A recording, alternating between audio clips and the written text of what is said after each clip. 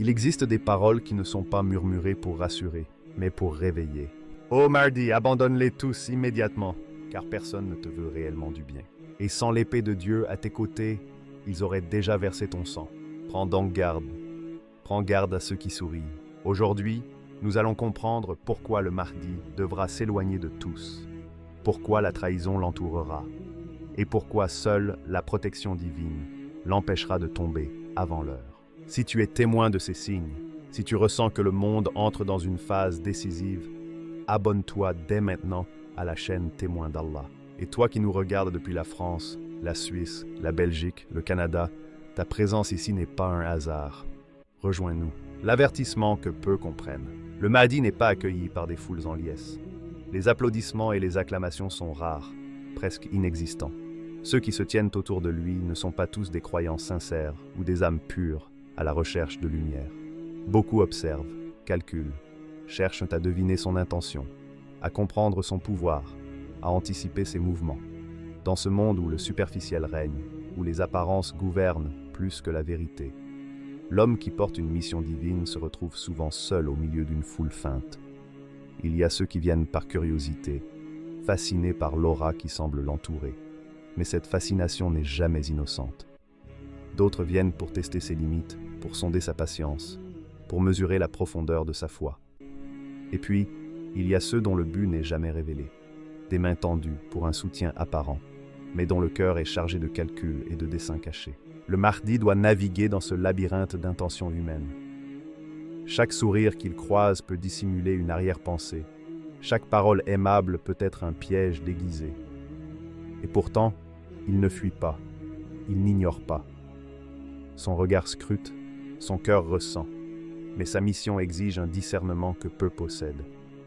Comprendre qui est allié, qui est adversaire, qui est sincère et qui est manipulateur.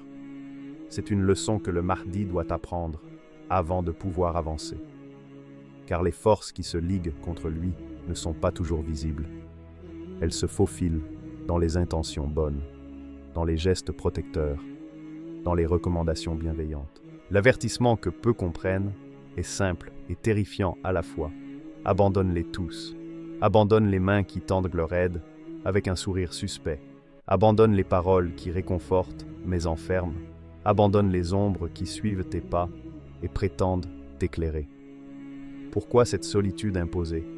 Parce que l'ennemi le plus insidieux n'est pas celui qui crie sa haine à plein poumon, mais celui qui parle d'amour et de protection, celui qui se présente comme un gardien alors qu'il n'est qu'un geôlier déguisé. Dans la quête du Mahdi, le véritable danger est souvent caché derrière les masques de bienveillance. Il y a une douleur inévitable dans cette solitude. Le cœur humain aspire à l'affection, à la reconnaissance, à la chaleur d'une communauté. Mais dans le chemin divin, l'âme est confrontée à un paradoxe. La protection se trouve dans l'éloignement, la sécurité dans l'isolement et la force dans l'abandon. Chaque pas qu'il fait dans la solitude est une épreuve. Chaque instant sans soutien apparent est un test de sa foi et de sa détermination. Il apprend à marcher avec les yeux ouverts, mais le cœur détaché, à accepter que ceux qui prétendent aider peuvent parfois blesser plus profondément que ceux qui attaquent frontalement. Le Mahdi découvre aussi que la solitude n'est jamais totale. Même entouré d'ennemis déguisés et d'alliés incertains, il ressent la présence silencieuse de forces supérieures, de guidances invisibles qui orientent chaque décision, chaque mouvement. C'est une compagnie silencieuse, discrète, mais infiniment plus fidèle que toutes les mains humaines qui se tendent. Cette leçon de solitude est un apprentissage spirituel. Il forge le caractère, aiguise la perception et renforce la certitude que la vérité ne dépend jamais du soutien des masses, mais de la fidélité à la mission divine. Les interactions humaines deviennent des tests constants. Une parole amicale peut contenir un poison subtil. Un geste de protection peut cacher une intention de contrôle. Les disciples sincères sont rares, mais leur présence est lumineuse, presque éclatante, dans l'obscurité des calculs et des mensonges. Le Mahdi doit apprendre à reconnaître ces lueurs, à s'en approcher avec prudence, mais sans jamais s'y attacher totalement. Car le chemin qui l'attend exige une indépendance absolue, Une liberté intérieure qui ne peut être compromise par les désirs humains, même les plus nobles en apparence. Et puis il y a la question de la vérité. Cette vérité que peu comprennent. Être porteur d'un message divin, c'est être un miroir pour le monde. Ce miroir reflète ce que chacun est vraiment, et souvent ce reflet n'est pas celui que l'on souhaite montrer. Ceux qui approchent le Mahdi se découvrent eux-mêmes, et certains ne sont pas prêts à affronter ce qu'ils voient. Dans cette confrontation silencieuse, l'homme devient un juge indirect de l'âme humaine.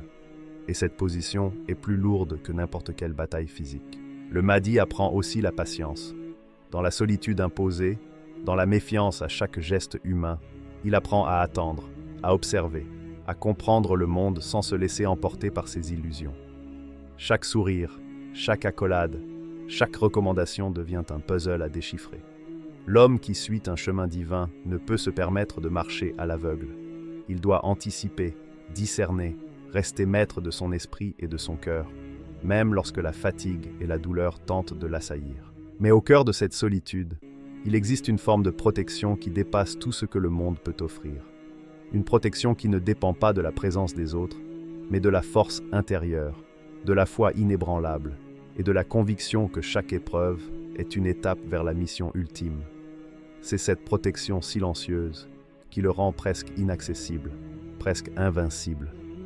Car il comprend enfin que l'isolement n'est pas une malédiction, mais une préservation, un bouclier contre la corruption, contre l'illusion et contre la trahison de ceux qui prétendent t'aimer alors qu'ils cherchent à dominer. Ainsi, l'avertissement que peu comprennent prend tout son sens. Abandonner les autres n'est pas un acte de mépris ou de haine, mais un choix stratégique et spirituel. C'est un acte de discernement et de sagesse, une mesure nécessaire pour avancer dans un monde où l'apparence et la vérité sont souvent inversées.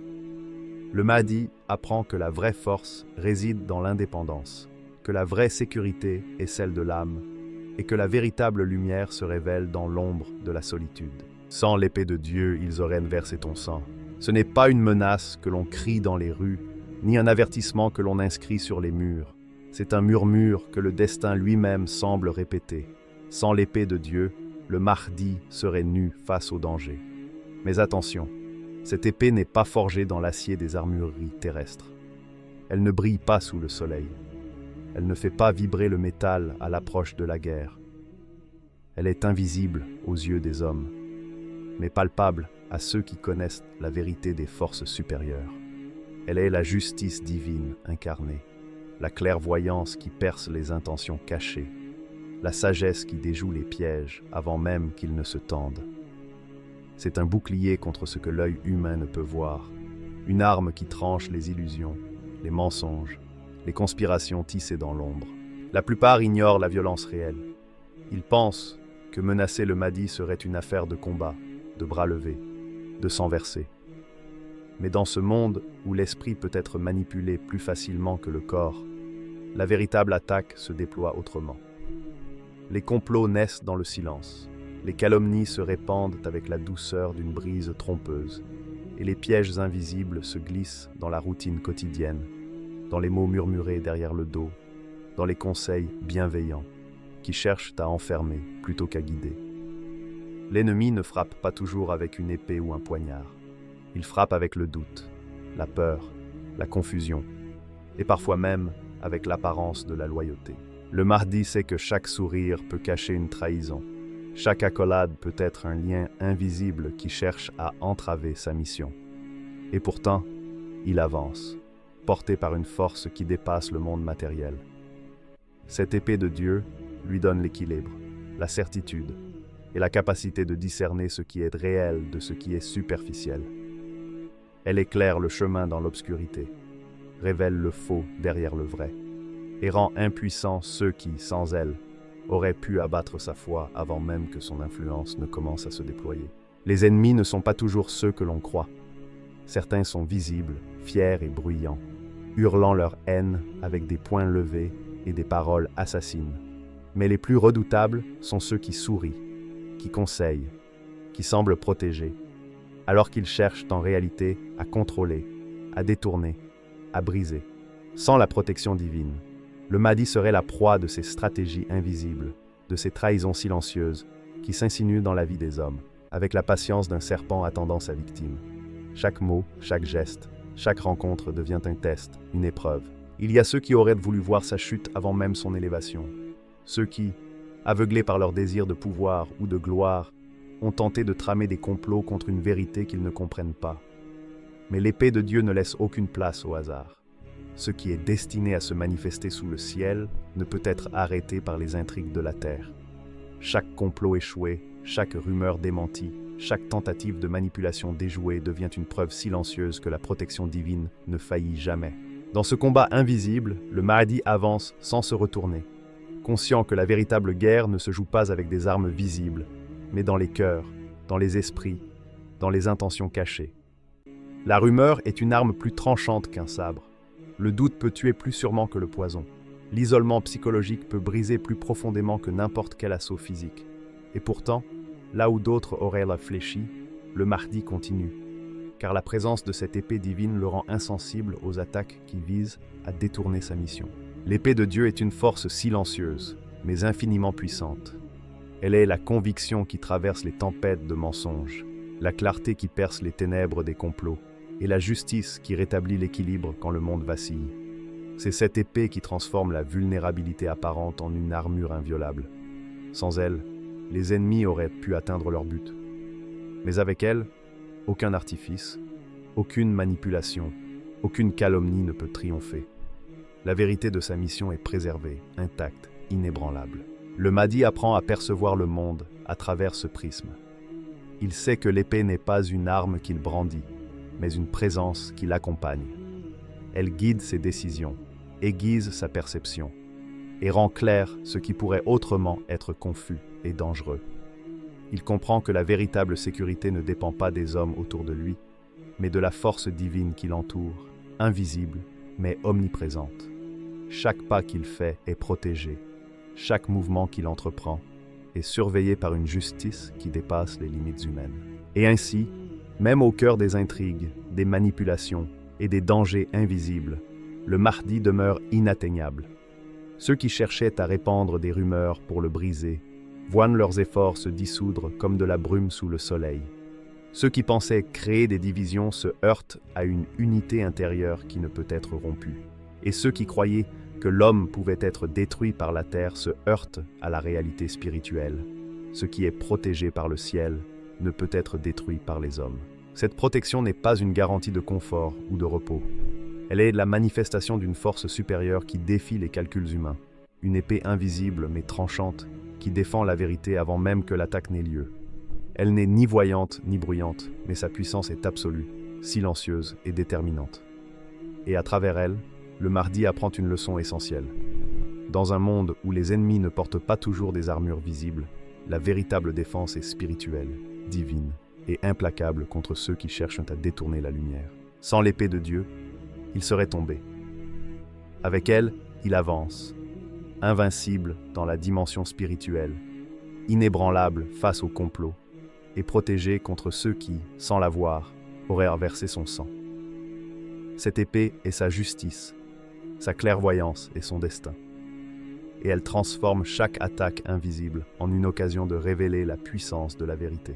Ceux qui sourirent seront les plus dangereux. Le Mahdi apprend, parfois à travers la solitude, parfois à travers l'observation, que le véritable danger ne se manifeste pas toujours sous la forme d'une menace évidente. Ce n'est pas l'homme qui lève le poing, ni celui qui crie sa haine, qui représente le plus grand risque. Non, le danger prend souvent l'apparence de la familiarité, de la chaleur feinte, du visage amical qui s'approche avec douceur. Ces visages familiers, ces sourires bienveillants, sont les plus trompeurs. Leur arme n'est pas la force brute, mais la persuasion, le charme, la capacité de faire vaciller la certitude dans le cœur de celui qu'ils prétendent soutenir. Il y a des paroles qui séduisent autant qu'elles peuvent trahir.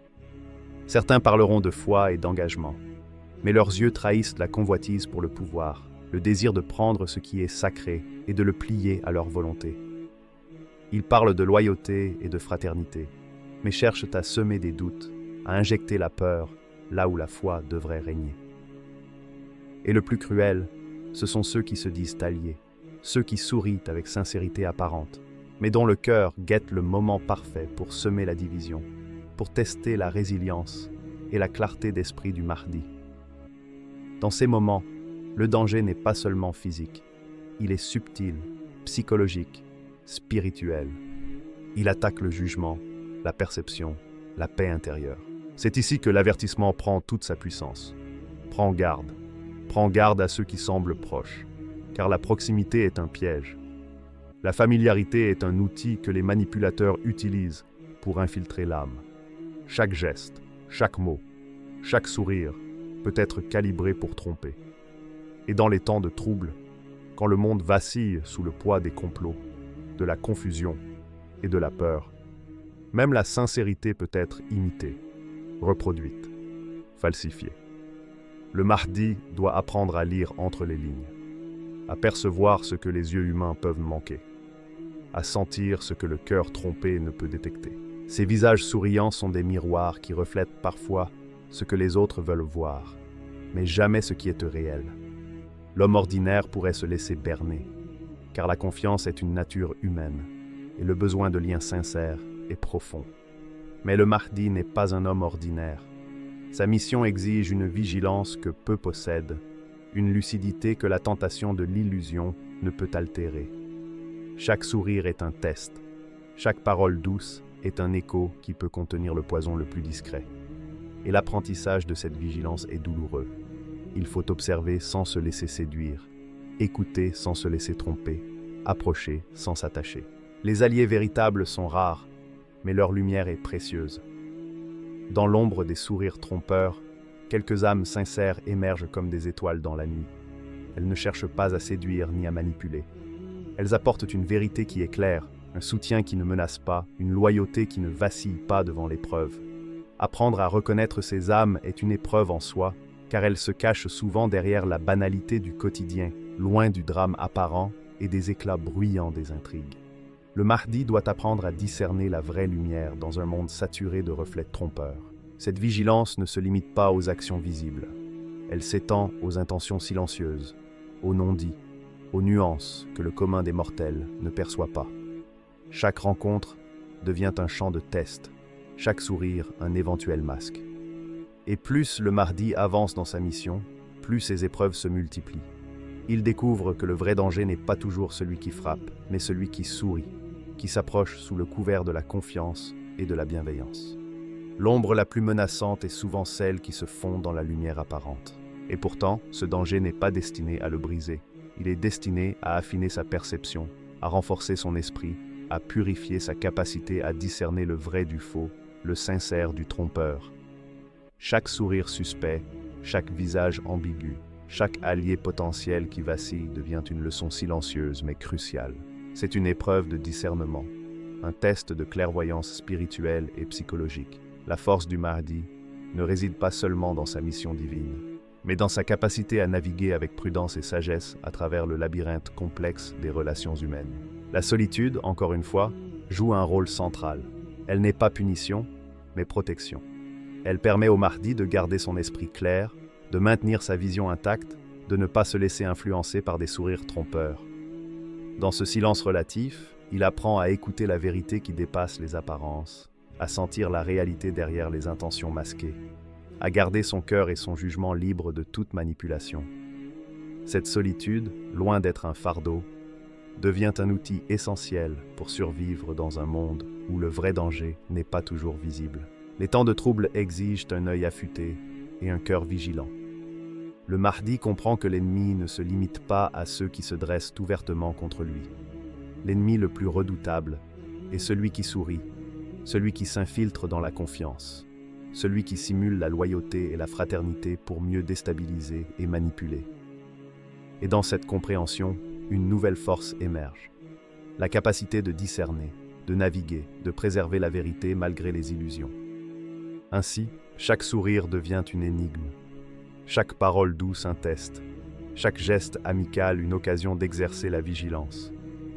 Le Mahdi avance avec prudence, conscient que la sincérité apparente peut être imitée, que la loyauté proclamée peut être feinte, et que la véritable menace se cache souvent derrière ce qui semble le plus familier. Dans ce monde, Le discernement est une arme plus tranchante que l'acier, et la clairvoyance, une protection plus solide que toute armure. L'abandon comme stratégie divine. Abandonner les gens n'est pas une fuite, et ce n'est certainement pas un acte de faiblesse. C'est une obéissance silencieuse, exigeante, exigeant plus que le courage physique, le courage de se détacher de ce que le cœur humain chérit le plus. Le Mahdi devra apprendre cette leçon tôt dans sa mission. Certains liens doivent être coupés, certains visages familiers laissés derrière, certaines attentes humaines rejetées avec douceur mais fermeté. Il ne s'agit pas d'un geste d'orgueil ou de supériorité, mais d'une nécessité spirituelle, d'une stratégie divine. L'abandon volontaire devient un instrument de préservation, une arme invisible qui protège la mission sacrée. Il y a des moments où la présence des hommes, même bien intentionnés, devient un obstacle. Des voix qui paraissent bienveillantes peuvent semer le doute. Des conseils sincères peuvent être empoisonnés par l'ego ou la peur. Dans ces moments, le Mahdi doit s'éloigner, non par rejet des autres, mais par fidélité à la vérité qui lui a été confiée. La distance n'est pas l'isolement par vanité, elle est l'isolement par nécessité. Il apprend à reconnaître la différence entre ce qui nourrit l'âme et ce qui la détourne, entre les liens qui élèvent et ceux qui enferment, entre les mains tendues qui soutiennent et celles qui manipulent. Dieu isole parfois ses serviteurs non pour les briser, mais pour les protéger. L'isolement devient un sanctuaire où la mission peut s'affirmer, où la perception s'aiguise, où la certitude remplace la peur. Dans le silence des regards absents et des conseils silencieux, le Mahdi découvre la profondeur de sa propre foi, la force de sa volonté et la clarté de sa destinée.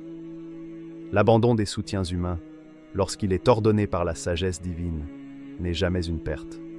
C'est une purification, une libération des influences corrompues et des ambitions terrestres. Chaque relation humaine devient une épreuve. Les alliés qui semblent constants peuvent vaciller. Les amis qui paraissent loyaux peuvent trahir par ignorance ou par calcul inconscient. Et le Mahdi apprend que parfois, la seule manière de rester pur dans sa mission est de marcher seul, de se tenir à l'écart des opinions, des attentes et des désirs des hommes. C'est une solitude choisie, mais imposée par la nécessité, une distance qui protège autant qu'elle enseigne. Dans ce détachement, la peur se transforme en certitude, l'incertitude en lucidité et les doutes en compréhension profonde. Il découvre aussi que l'abandon n'est pas simplement un acte de retrait, mais une stratégie active. Ce n'est pas se cacher ou se retirer du monde par crainte. C'est une démarche consciente pour rendre sa présence plus efficace, plus inattaquable, plus fidèle à la mission divine. Dans cet isolement, chaque action prend un sens plus profond. Chaque décision est guidée non par la pression des autres, mais par la lumière intérieure qui éclaire sa voie. Ce détachement transforme l'homme en un canal pur de justice et de vérité, capable de résister aux forces qui chercheraient à le détourner ou à le corrompre. L'abandon devient ainsi un instrument de discernement. Il permet de distinguer l'essentiel de l'accessoire, la sincérité de l'illusion, le soutien véritable de la manipulation subtile. Dans la solitude, les intentions des hommes apparaissent plus clairement. Les alliances superficielles tombent, les fausses loyautés se dévoilent, et ce qui reste est ce qui est authentique et utile à la mission. Le Mahdi comprend que cette clarté est un privilège rare et précieux, obtenu non par hasard, mais par la discipline spirituelle et le respect de la sagesse divine. Il y a une beauté silencieuse dans cet isolement. Là où le monde attend des interactions, des confirmations et des approbations, le Mahdi trouve la liberté. Il n'est plus soumis aux calculs des autres, aux manipulations des ambitions humaines, aux rumeurs ou aux attentes. Il avance avec la certitude que ce qui est destiné par le ciel ne peut être entravé par la terre. La mission divine exige que l'homme se tienne debout, pur dans son intention et fort dans sa détermination. Et cela ne peut se faire qu'avec un détachement conscient des influences humaines.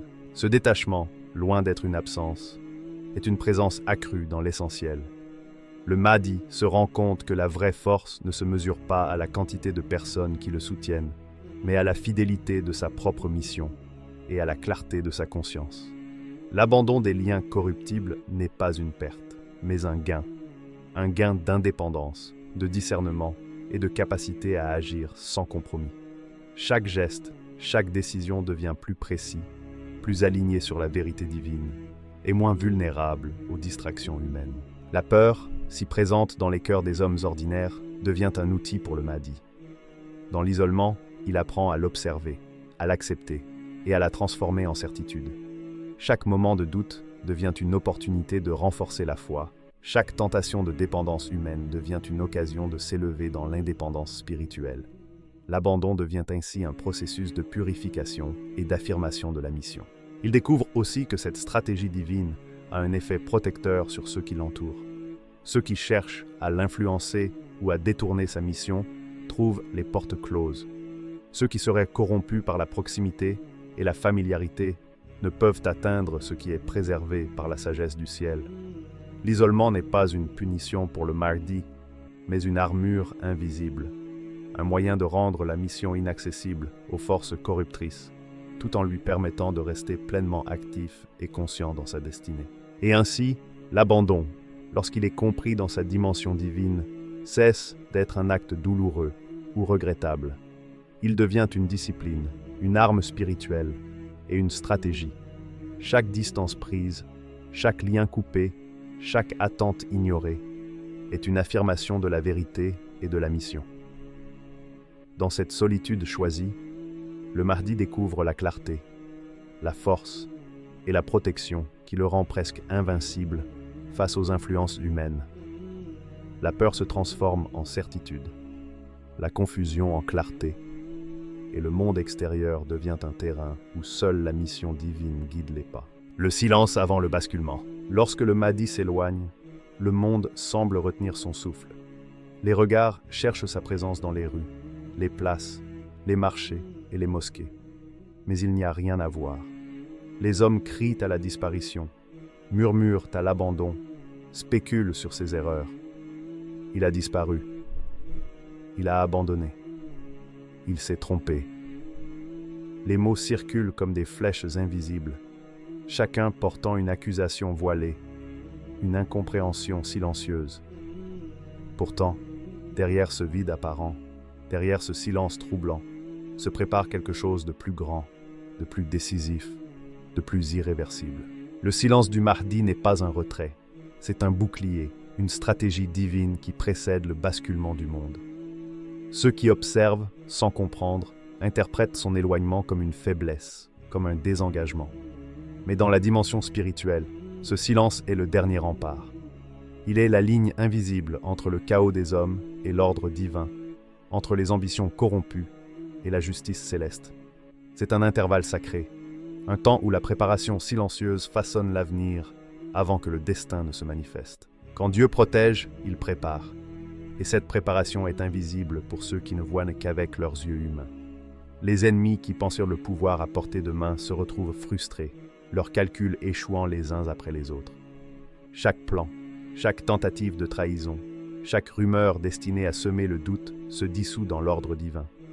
Et dans ce silence, le Mahdi avance, guidé par une force que personne ne peut comprendre, encore moins anticiper. La protection divine ne se montre pas sous la forme d'un mur visible ou d'un éclair de puissance. Elle se manifeste dans l'imprévisible, dans la dissimulation, dans la manière dont les ennemis se retrouvent incapables d'atteindre ce qui est préservé par le ciel.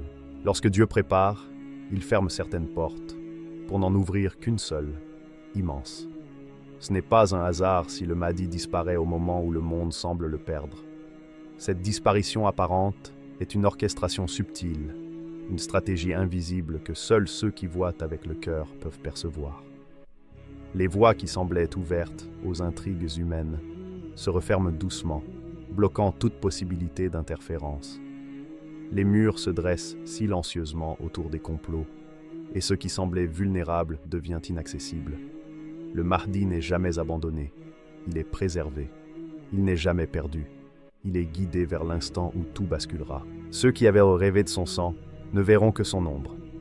Les mains tendues pour frapper, les complots ourdis dans le silence des nuits, les stratégies élaborées par ceux qui se croyaient maîtres du monde, tout échoue.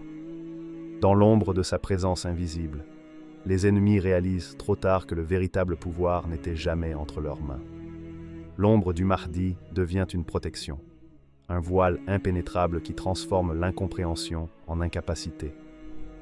Ils avaient cru que la présence physique était essentielle, mais ils découvrent que la force spirituelle et divine est infiniment plus redoutable.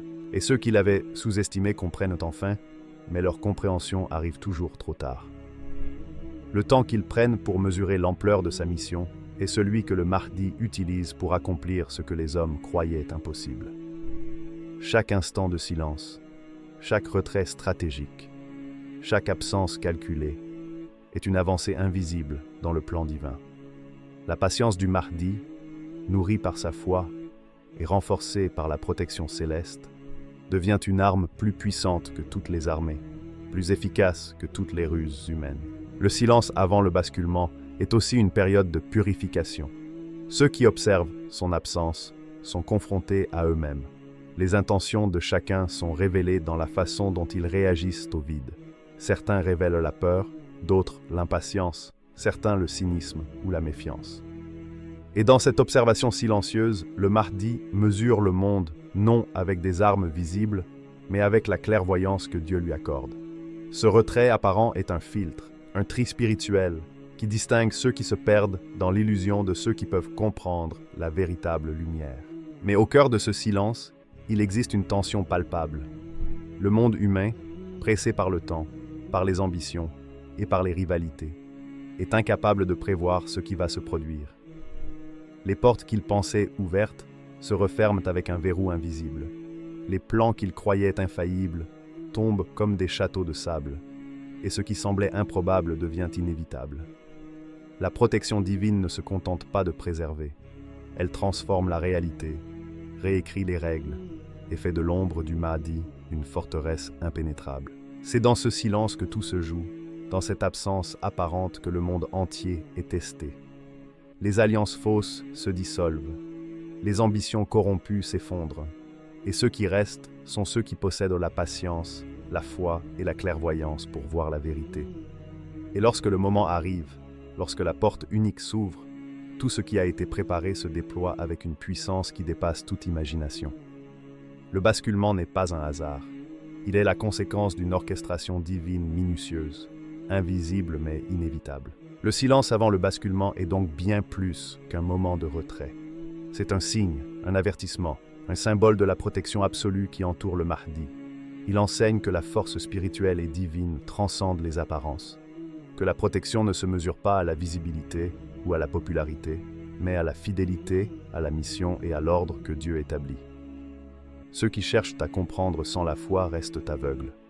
Ceux qui observent avec un cœur pur perçoivent la grandeur invisible. Et lorsque la porte s'ouvre enfin, lorsque le basculement survient, ceux qui avaient douté ou cherché à nuire ne voient qu'une silhouette intacte, invincible dans sa mission, imprenable dans sa foi, inébranlable dans sa protection divine. Le silence, qui avait semblé vide et inquiétant, se révèle alors comme le prélude nécessaire à un moment de justice et de clarté que personne ne pourra contester. Le Mahdi, dans son éloignement stratégique, n'a jamais été seul. Il a toujours été guidé, préservé et préparé pour l'inévitable.